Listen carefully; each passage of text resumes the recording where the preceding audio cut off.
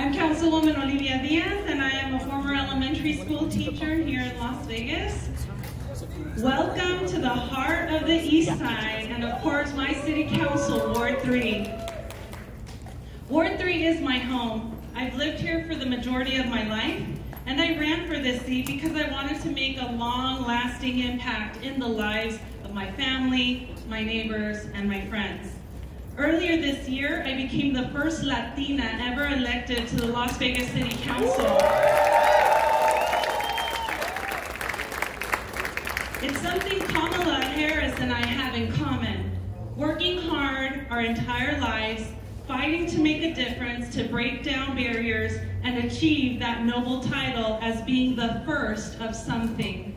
In Kamala's case, not only a second and a first, but she has achieved 2 firsts. She was raised to believe that public service is a noble cause and the fight for justice is everyone's responsibility. In the Senate, she co-sponsored legislation to provide the biggest tax cut for working and middle-class families in generations, protect the rights of refugees and immigrants, and ensure a quality education and access to health care is within reach for all Americans. That deserves a round of applause. Yes. Kamala has worked intensively to protect children and students in our neighboring state of California.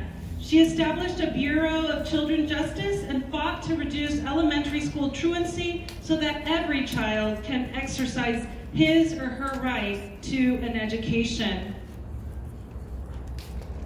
Kamala serves on some of the most important committees that have a direct impact on Nevadans.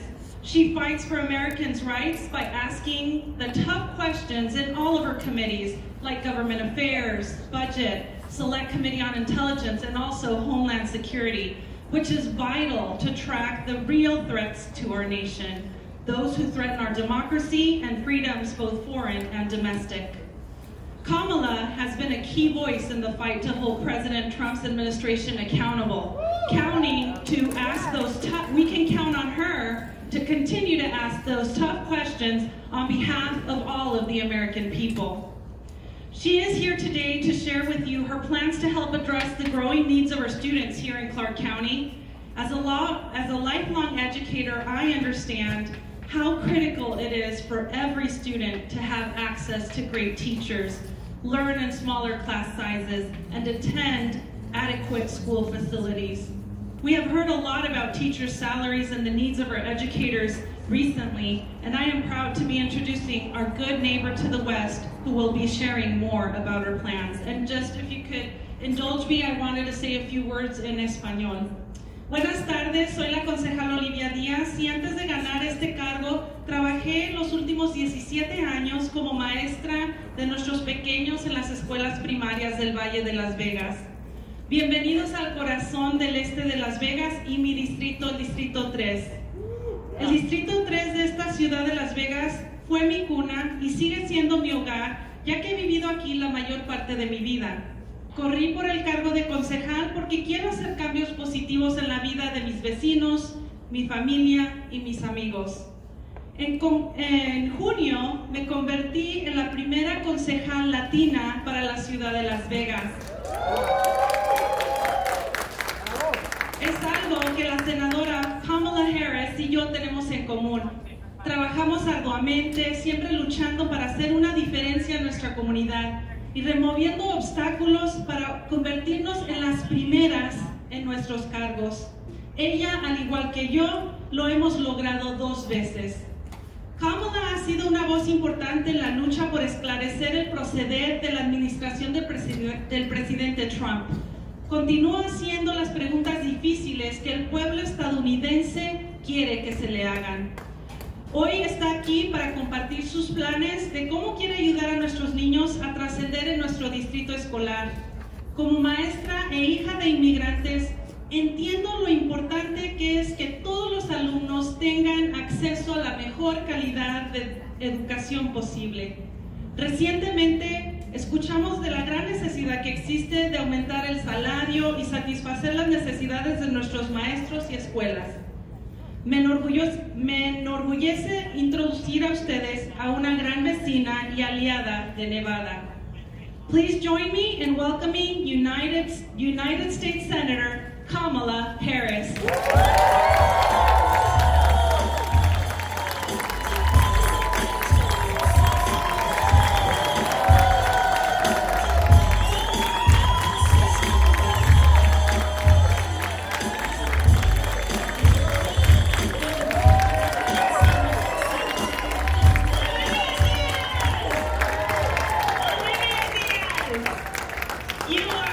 You are extraordinary. She is a dedicated teacher. She is a dedicated leader. You are breaking ground. You are breaking barriers. You make it look easy, and I know it is not. And I'm so honored to have you be a part of our program tonight. She's an extraordinary leader. Can we please hear it for her?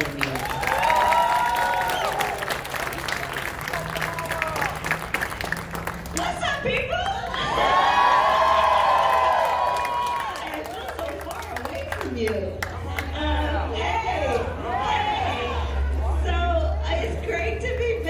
It's great to see all of you, and thank you for spending the time to be with us this evening. I know there are a lot of other things you could be doing with your time, and I'm very honored that you've chosen to spend it with me and with our team. So thank you for that. Thank you. So we are living in quite a time, aren't we? So, okay, here's the thing. Let's just get right into it, shall we? Okay. You know, and I've been doing a lot of interviews recently because of, you know who. And here's the thing that I just want to start by saying, just to kind of set the tone for what I think you all know. I mean, because there is one common thing among everybody who's here in terms of the reason you are here. And the reason you are here is because we love our country. We love our country, right? And so, because of that love, many of us over the course of the last 2.5 years and even before, you know, during that campaign, we've been asking questions, you know, about like, where is this all headed? Where is this going? You know, are we going to be okay? Are we going to get through this? You know, people have been kind of throwing objects at that inanimate object called a TV, going through individual and group therapy about it all. But here's the thing that I want to remind us. There is nothing that we have achieved as a country that has been about progress that came without a fight. There is nothing we have achieved that was about social justice, civil rights, fairness, equality, that came without a fight. We like a good fight. We were born out of a good fight. We're up for this fight. And it's really important to remember that. And so yes, there is no question, this is an inflection moment. This is a moment in time that is requiring us each and collectively to look in the mirror and ask a question. That question being, who are we? And we all know, we are better than this. We are better than this. And so this is a moment in time that we are prepared to fight for the best of who we are. And you know, I come from a family of fighters. My parents met when they were active in the civil rights movement in the 1960s. My sister and I, we joke, we grew up surrounded by a bunch of adults who spent full time marching and shouting. And you know, there was fighting for justice, right? In fact, the heroes of that movement included Thurgood Marshall and Charles Hamilton Houston and Constance Baker Motley, and these people who understood the skills that can be placed to translate the passion from the streets to the courtrooms of our country, right? To make true the promise that we articulated back in 1776. So I was born out of a family of fighters. I was raised by my mother, my sister and me. Our mother was all of 5 feet tall. But if you'd ever met her, you would have thought she was 10 feet tall. And she was tough. So she was a parent who, you know, she would say to me, Kamala, you will be judged in your life, and its significance will be judged based on the life that you live in service to others. How you lift other people up, not about self-service. My mother would say many times, you know, look, don't you ever let anybody tell you who you are. you tell them who you are. She would say, Kamala, and Olivia knows this, Kamala, you may be the first to do many things, but make sure you're not the last. And, but she was tough. Like, if you ever in our household came home complaining about something, our mother would look at you with a straight face, maybe one hand on a hip, and she would say, well, what are you going to do about it? So I decided to run for president of the United States.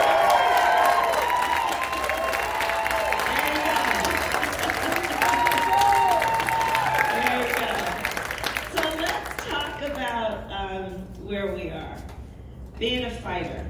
So being a fighter, you know, it led me to go to, I went to Howard University for college, A2, and then I went back home to attend law school, and then I started my career. And my career has been a career of fighting for the victims of predatory practices, in particular women and children who are being taken advantage of. My career has been a career of fighting for seniors who have been taken advantage of by pharmaceutical companies, fighting for homeowners. When I took on the 5 big banks in the United States, together with leaders from Nevada, Catherine Cortez Masto, who was the Attorney General at the time, when we fought those banks who were taking advantage of those predatory loans that resulted in massive foreclosures here in Nevada and around the country. I fought the for-profit schools that were taking advantage of our students and veterans who were trying to sell people on an idea that they were going to get an education that would lead to a job, but all they were doing was lining their pockets, to the point that I took on one of the biggest Corinthian college and took them out of business. I've taken on and fought for the most vulnerable among us, including our children and seniors, who have been vulnerable to the polluters and the big oil companies. I've taken them on as Attorney General of California and won. And I will tell you, therefore, I am prepared to take on Donald Trump and win this election.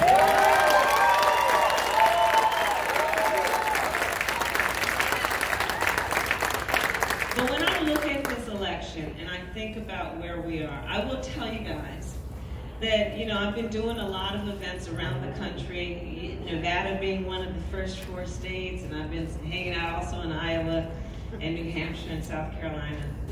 And the thing that I have taken away from these experiences is this. What is clear to me is that to take on Donald Trump and win, there is no question that we need to be able to successfully prosecute the case against 4 more years of Donald Trump, and it's going to take a prosecutor to do it. There is no question that we got a good long rap sheet with which to work. And there's no question that part of the reason is because he sold people out. Let's just think about this. So dude came in office on a campaign. There's a theme to this event.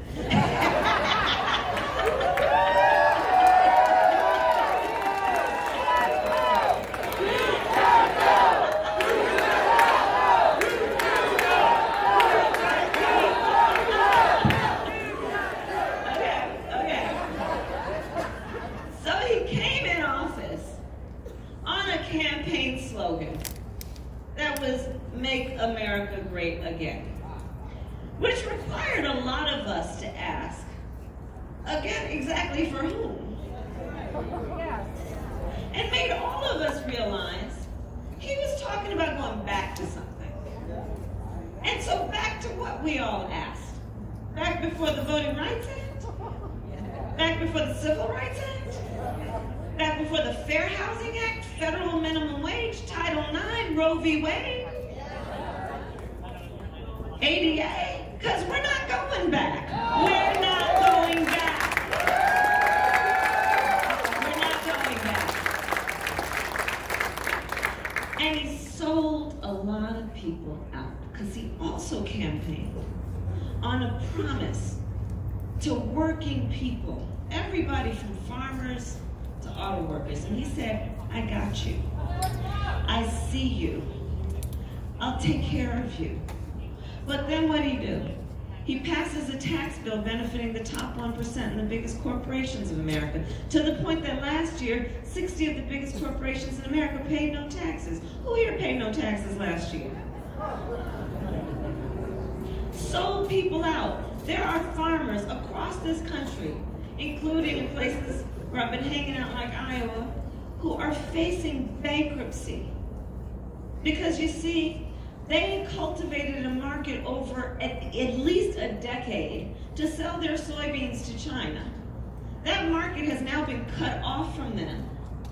And they're looking at bankruptcy. Sold people out. Auto workers across the country striking GM just to get fair and livable wages and a safe working condition.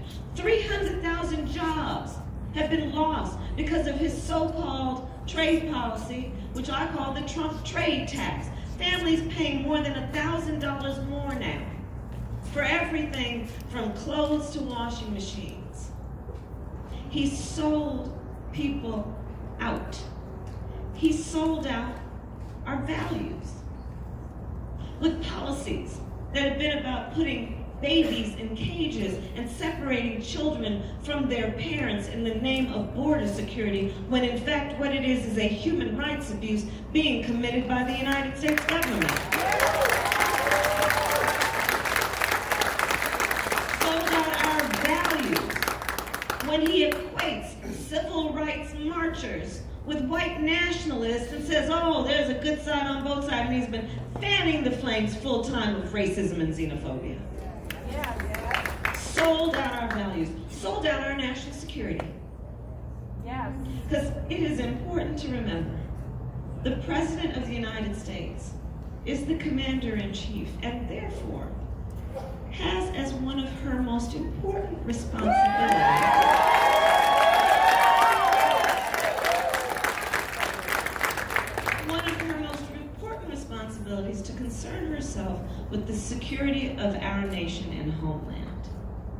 But what have we seen in Donald Trump?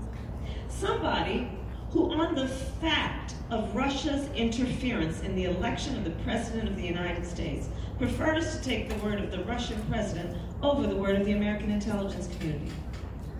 On the subject of an American student who was tortured and later died, prefers to take the word of a North Korean dictator over the word of the American intelligence community. On the subject of a journalist who was assassinated, a journalist who had American credentials, prefers to take the word of a Saudi prince over the word of the American intelligence community. We need a new commander-in-chief.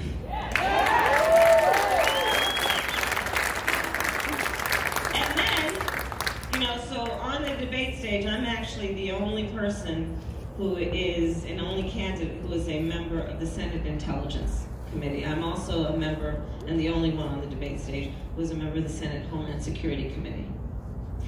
And so I was actually in DC last week before we broke, and in what's called a SCIF, which is basically a padded room, which you all are saying, well, that's where everybody in Congress should go.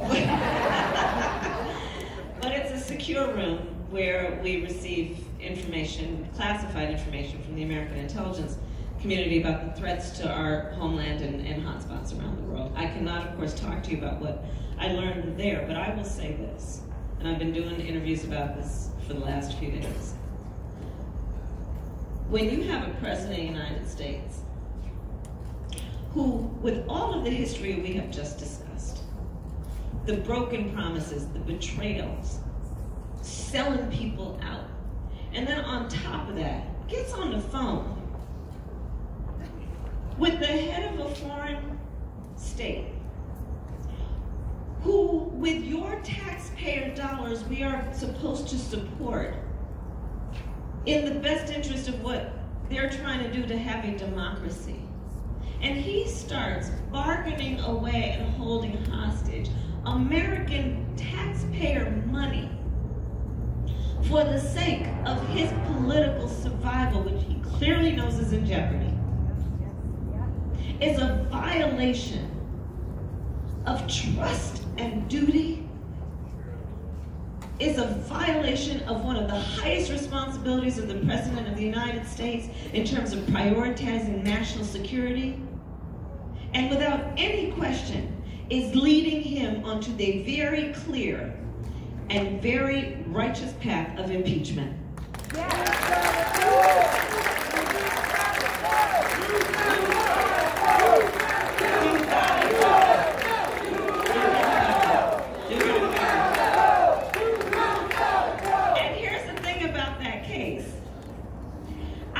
The impeachment process will actually need to take very long.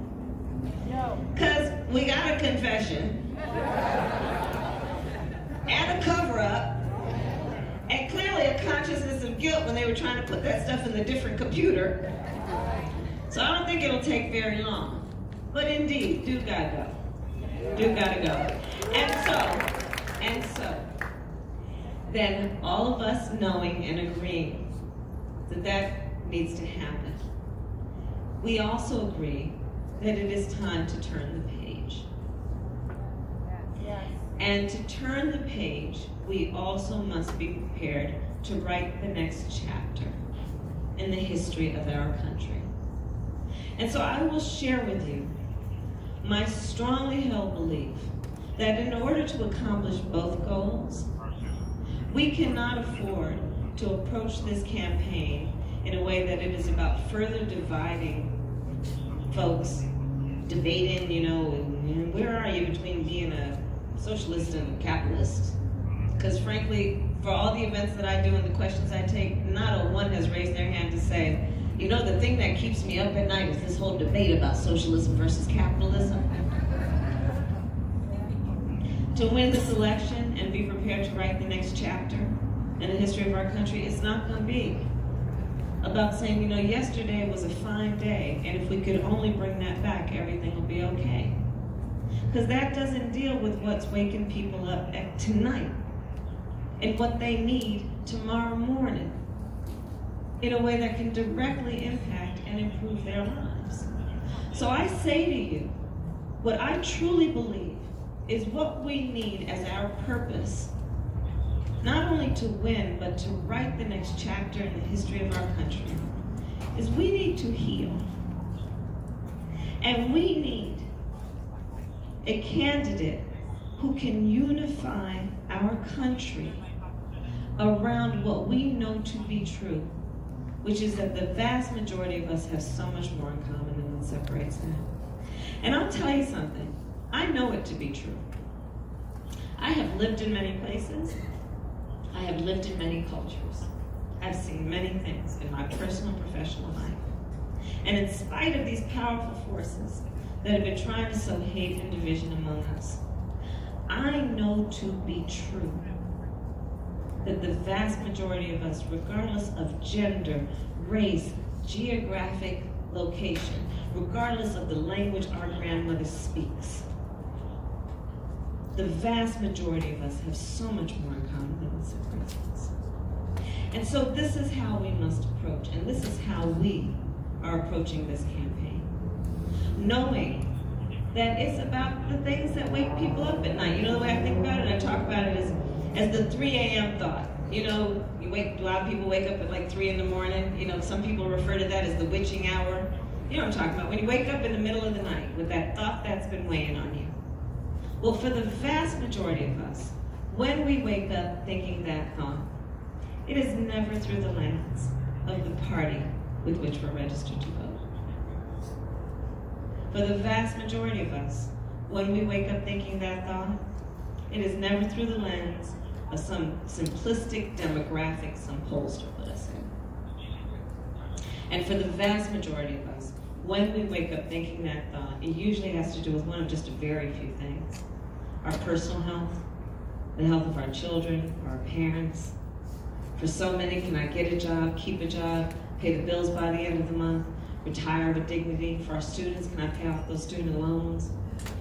For so many of our seniors, do I have to make a choice between whether I fill my refrigerator or fill my prescription? For so many families, how can I help my family member get off their opioid or drug addiction? The vast majority of us have so much more in common than what what separates us. And that's how I intend to not only run this campaign, but to lead. And so I will share with you, Nevada, a few thoughts that I have about the things that keep people up at night and that we have in common. I know that one of the things that keeps people up at night, regardless of where they live, their gender, their race, the language of their grandmother, is the issue of the fact that America's economy is not working for working people. How do we know that to be true? For almost half of American families today cannot afford a $400 unexpected expense. $400 unexpected expense will completely upend that family. In America today, in 99% of the counties in our country, if you are a minimum wage worker working full-time, you cannot afford market rate for a one-bedroom apartment. In America last year, 12 million people took out a loan on average of $400 from the payday lender at an interest rate often in excess of 300%. Meanwhile, you've got a president and his administration who walk around crowing about, oh yeah, this economy is great, they say, right? And then you ask them, well, how so exactly are you measuring the so-called greatness of your economy? And they refer to the stock market. Well, that's fine if you own stocks. 72% of the stocks in America are owned by the top 10%. Then we ask, well, is there another measure of the so-called greatness of this economy of yours? And they talk about the unemployment numbers. Well, I'm going to tell you guys, indeed, I've been traveling all over the country. People are working. They're working 2 and 3 jobs. And in the America we believe in, folks should only have to work 1 job to have a roof over their head and put food on the table.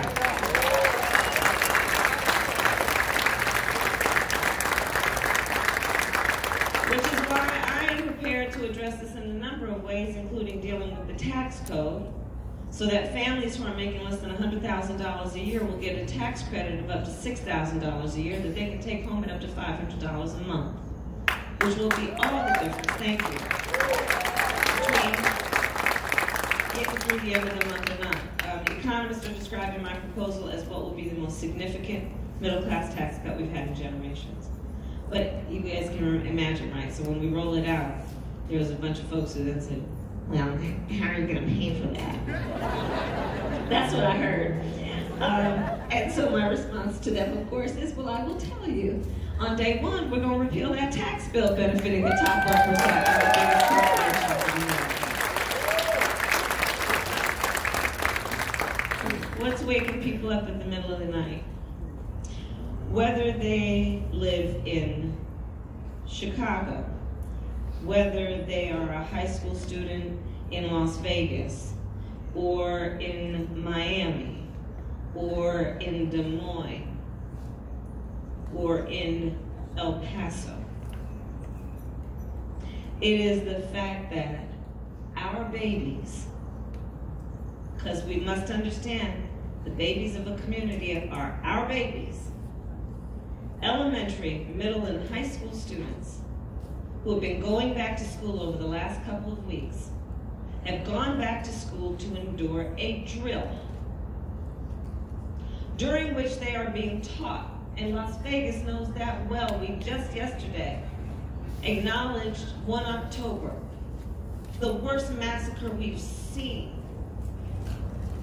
So our children are going back to school to have a drill where they are being taught about how they should hide in a closet or crouch in a corner in the event there is a mass shooter roaming the hallways of their school. And of course they come home and ask, why did we have to have that drill? And our answer is, well, you see, there are supposed leaders in Washington, D.C. who have failed to have the courage to reject a false choice, which suggests you're either in favor of the Second Amendment or you want to take everyone's guns away, have failed to have the courage to agree, hey, fine if you want to go hunting, but we need reasonable gun safety laws in this country, including universal background checks and a renewal of the assault weapons law.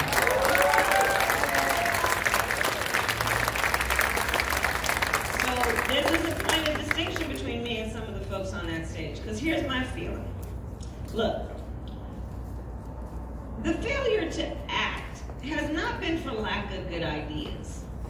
There are all kinds of ideas and plans, right? But there's been a failure of action. There are plenty of people on the debate stage have really great ideas. I support them all. That's not what we lack.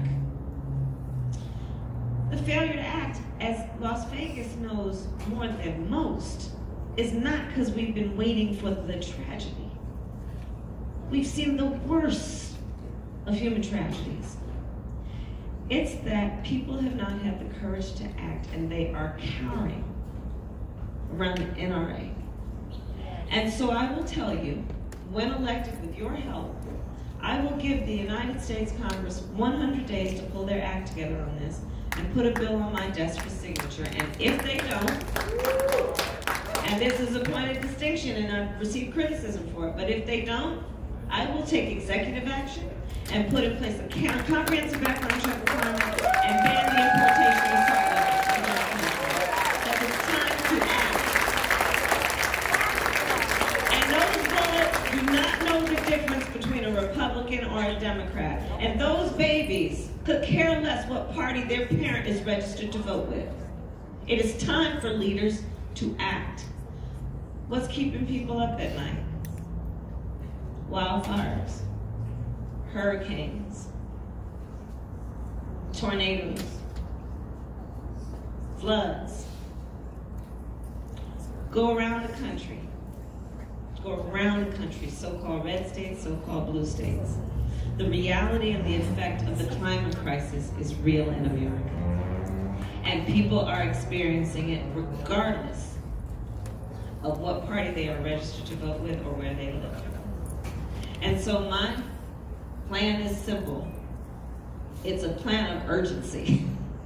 It's that we need to act. And so my Green New Deal says we will get to a carbon neutral electricity by 2030. We will get to a clean economy by 2045, and we will invest in the American worker around the jobs that need to be performed to get us there. We will look at the residents of communities like this one and recognize the skills that are there and the skills that can be transferred into an investment and a meaningful investment in renewable energies, in what we need to do to build and manufacture here in this country electric vehicles, electric school buses. And we will address this issue because what we all know is that when we look in the eyes of any child that is in our life or in our community, we are failing them if we do not act with a sense of urgency. And this has nothing to do with party affiliation or what people look like or where they live. We need to take action. We need to take action on the issue of one of the biggest things that wakes people up in the middle of the night, and that's healthcare. So I am fully aware that we have so many seniors in our country who are making decisions literally about food or prescription medication, who are cutting their pills in half to extend the prescription to be able to afford it, of 1 in 4 diabetes patients that cannot afford their insulin. And it goes on and on and on. So what I'm prepared to do is implement my Medicare for All plan, which will do the following. It'll bring down costs. It will cover everyone, including people with pre-existing conditions. It will tell the insurance companies you got to play by our rules or you don't play, and that includes getting rid of copays and deductibles. And here's a point of distinction between my plan and other people on the stage.